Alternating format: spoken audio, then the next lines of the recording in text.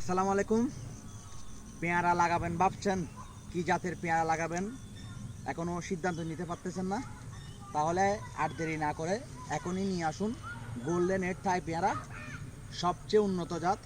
যারা ছাদে লাগাতে চাচ্ছেন বা বাণিজ্যিক ভিত্তিতে বাগান করতে চাচ্ছেন তাদের উদ্দেশ্যে বলতেছি, মানে পেয়ারার সব কয়টি জাতের মধ্যে সবচেয়ে উন্নতশীল হলো এই আমাদের এই গোল্ডেন এড থাই পেয়ারা জাতটি।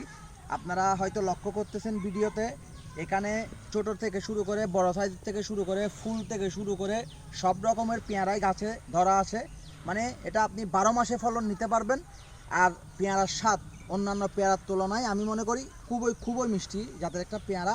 আর ধরাও খুব ভালো, মাশাল্লাহ, ভালো বিয়ারিং হয়।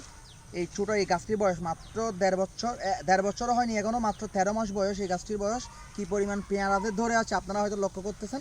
তাই যারা যারা পেয়ারা লাগাবার কথা, এই সামনে বর্ষাকাল, গাছ লাগানোর সিজন, যারা যারা পেয়ারার গাছ লাগাবেন চিন্তা করতেছেন, তারা আর দেরি না করে আপনারা এই গোল্ডেন এড জাতটি চয়েস করতে পারেন আপনাদের ছাদ বাগানে বা বাণিজ্যিক বাগানে। ধন্যবাদ সবাইকে। আসসালামু আলাইকুম।